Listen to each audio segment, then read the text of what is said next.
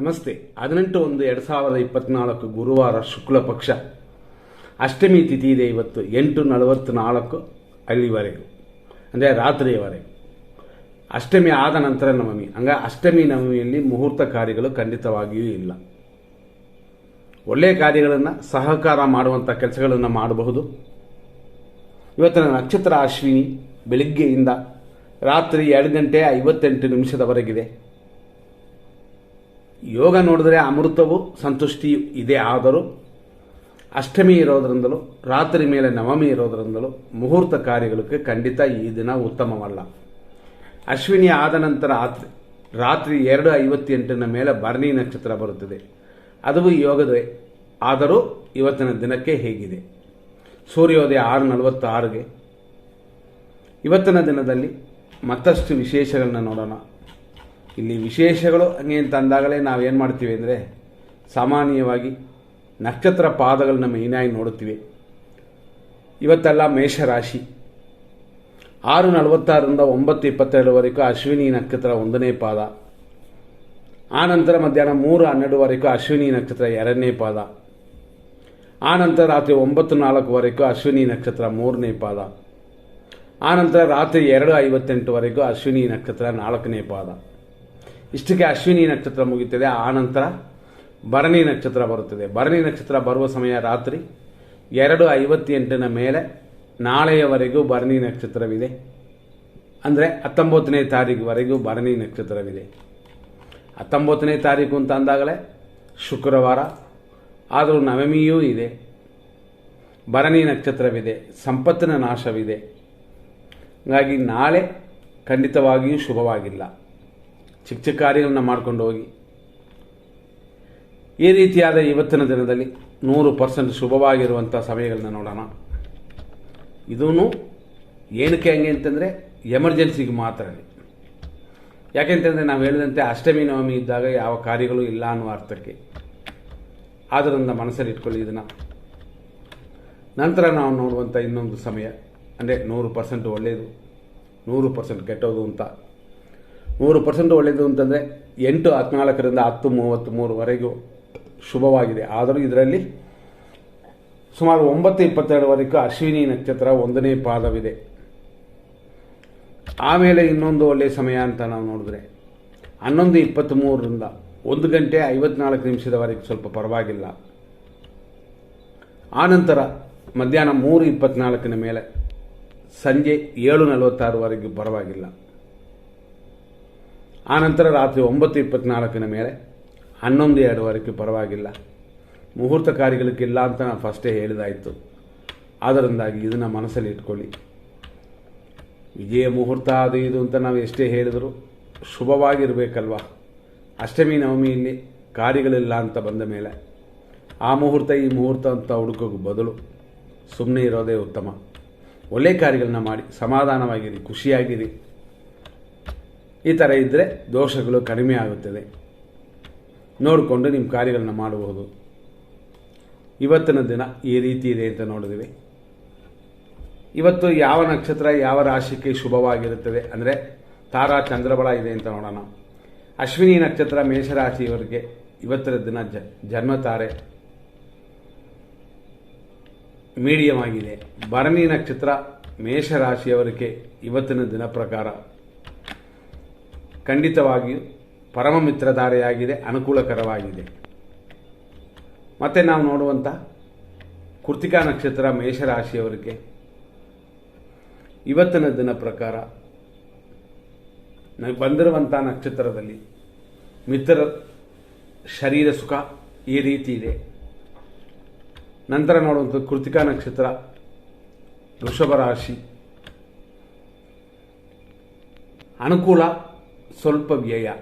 ರೋಹಿಣಿ ನಕ್ಷತ್ರ ವೃಷಭ ರಾಶಿಗೆ ಟೆನ್ಷನ್ ಇದೆ, ಧನ ವ್ಯಯವಿದೆ, ಶುಭವಲ್ಲ. ಮೃಗಶೀರ್ಷ ನಕ್ಷತ್ರ ವೃಷಭ ರಾಶಿಯವರಿಗೆ ಅನುಕೂಲ, ಸ್ವಲ್ಪ ವ್ಯಯ.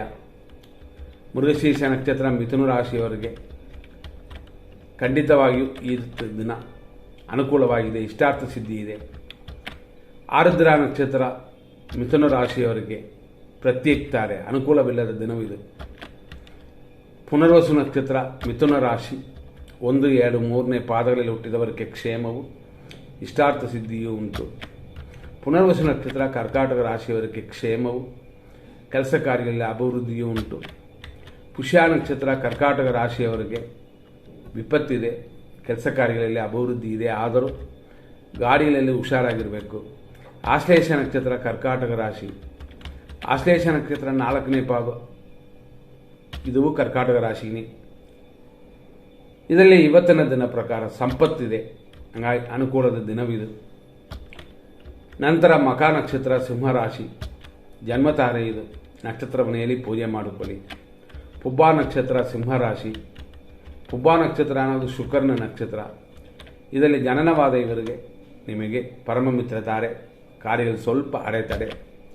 ಉತ್ತರ ನಕ್ಷತ್ರ ಸಿಂಹರಾಶಿ, ಖಂಡಿತವಾಗಿ ಮಿತ್ರಧಾರೆ ಇದೆ, ಕಾರ್ಯಗಳು ಸ್ವಲ್ಪ ಅಡೆತಡೆ ಉಂಟು. ಉತ್ತರ ನಕ್ಷತ್ರ ಕನ್ಯಾ ರಾಶಿ, ಮಿತ್ರಧಾರೆ ಇದೆ, ರೋಗ ವೃದ್ಧಿಯೂ ಉಂಟು. ನಂತರ ಹಸ್ತ ನಕ್ಷತ್ರ ಕನ್ಯಾ ರಾಶಿ, ಟೆನ್ಷನ್ ಇದೆ, ಆದ್ದರಿಂದ ಟೆನ್ಷನ್ನ ಕಡಿಮೆ ಮಾಡಿಕೊಳ್ಳಿ. ನಂತರ ಚಿತ್ತಾ ನಕ್ಷತ್ರ ಕನ್ಯಾ ರಾಶಿ, ಅನುಕೂಲ, ಆದರೂ ರೋಗ ವೃದ್ಧಿ ಉಂಟು. ನಂತರ ನೋಡುವಂಥದ್ದು ಚಿತ್ತಾ ನಕ್ಷತ್ರ ತುಲಾರಾಶಿ, ಅನುಕೂಲವಿದೆ, ಸುಖವೂ ಇದೆ. ಸ್ವಾತಿ ನಕ್ಷತ್ರ ತುಲಾರಾಶಿ, ಪ್ರತ್ಯೇಕ ತಾರೆ ಇದು, ಅನುಕೂಲವಿಲ್ಲದ ದಿನವಿದು, ಸ್ವಲ್ಪ ಗಮನ ಕೊಡಲೇಬೇಕು. ವಿಶಾಖ ನಕ್ಷತ್ರ ತುಲಾರಾಶಿ, ಕ್ಷೇಮ, ಸುಖ, ಅಭಿವೃದ್ಧಿ, ಶುಭವಾಗಿದೆ. ಇವತ್ತು ಒಳ್ಳೆ ಕಾರ್ಯಗಳನ್ನ ಮಾಡಿ, ಯಾರಿಗೂ ಮುಹೂರ್ತ ಕಾರ್ಯಗಳಿಲ್ಲ. ವಿಶಾಖ ನಕ್ಷತ್ರ ವೃಶ್ಚಿಕ ರಾಶಿ, ಕ್ಷೇಮವಿದೆ, ಶತ್ರು ನಾಶವೂ ಇದೆ, ಹಾಗಾಗಿ ಶತ್ರು ಕಾಟವಿಲ್ಲ ಅಂತ ಅರ್ಥಕ್ಕೆ. ನಂತರ ನೋಡುವಂಥದ್ದು ಅನುರಾಧ ನಕ್ಷತ್ರ ವೃಶ್ಚಿಕ ರಾಶಿ, ಅನುರಾಧ ನಕ್ಷತ್ರ ವೃಶ್ಚಿಕ ರಾಶಿಯವರಿಗೆ ಇವತ್ತಿನ ದಿನ ವಿಪತ್ತಿದೆ, ಆದ್ದರಿಂದ ಗಾಡಿಗಳಲ್ಲಿ ಹುಷಾರಾಗಿರಬೇಕು. ನಂತರ ನೋಡುವಂಥದ್ದು ಜ್ಯೇಷ್ಠ ನಕ್ಷತ್ರ ವೃಶ್ಚಿಕ ರಾಶಿ, ಸಂಪತ್, ಶತ್ರುನಾಶ ಇಷ್ಟೆಲ್ಲ ಕೂಡಿ ಬಂದಿರುವ ದಿನವಿದು. ಮೂಲ ನಕ್ಷತ್ರ ಧನುಸು ರಾಶಿ, ಜನ್ಮತಾರೆ, ಕಾರ್ಯವಿಘ್ನಗಳು ಉಂಟು. ಪೂರ್ವಾಷಾಢ ನಕ್ಷತ್ರ ಧನುಸು ರಾಶಿ, ಪರಮ ಮಿತ್ರಧಾರೆಯಾಗಿ ಶುಭಕರವಾಗಿದೆ. ಉತ್ತರಾಷಾಢ ನಕ್ಷತ್ರ ಧನುಸು ರಾಶಿ, 1ನೇ ಪಾದ, ಮಿತ್ರಧಾರೆ, ಅಲ್ಪ ಸ್ವಲ್ಪ ಕಾರ್ಯವಿಘ್ನಗಳು. ಉತ್ತರಾಷಾಢ ನಕ್ಷತ್ರ ಮಕರ ರಾಶಿ, ಮಿತ್ರಧಾರೆ ಇದೆ, ಆದ್ದರಿಂದ ಮಿತ್ರರಿಂದ ಪರರಿಂದ ನಿಮ್ಮ ಕಾರ್ಯಗಳನ್ನು ಅನುಕೂಲಕರವಾಗಿ ಮಾಡಿಸಿಕೊಳ್ಳಿ. ಶ್ರವಣ ನಕ್ಷತ್ರ ಮಕರ ರಾಶಿ, ಟೆನ್ಷನ್, ರೋಗ ಭಯವೆಲ್ಲ ಉಂಟು.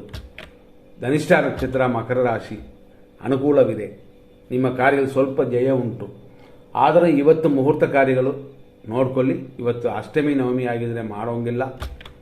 ಧನಿಷ್ಠ ನಕ್ಷತ್ರ ಕುಂಭರಾಶಿ, ಅನುಕೂಲವಿದೆ, ಲಾಭವೂ ಇದೆ. ಶತಭಿಷ ನಕ್ಷತ್ರ ಕುಂಭರಾಶಿ, ಶತಭಿಷ ನಕ್ಷತ್ರ ಕುಂಭರಾಶಿಗೆ ಪ್ರತ್ಯೇಕ ತಾರೆ ಅಂದರೆ ಉಪಯೋಗವಾಗಿಲ್ಲ.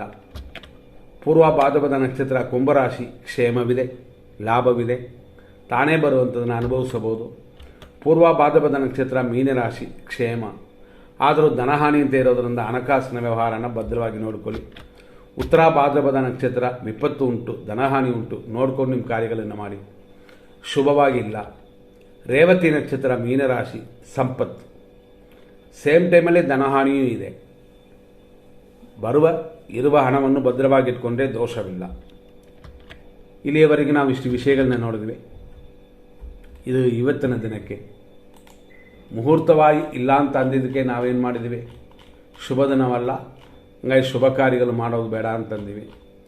ಇದರಲ್ಲೂ ಕೂಡ ನಾವು ನೋಡುವಂಥದ್ರಲ್ಲಿ ಏನು ಮಾಡಬೇಕು ಅಂತಂದರೆ 100% ದೋಷ ಬರುವಂಥ ಸಮಯಗಳನ್ನ ನಾವು ನೋಡ್ಕೊಳ್ಳೋಣ.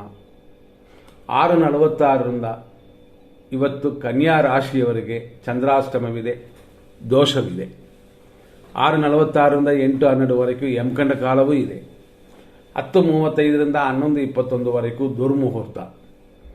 ಮಧ್ಯಾಹ್ನ 1:56ರಿಂದ 3:22ವರೆಗೂ ಅಶುಭ ಸಮಯ.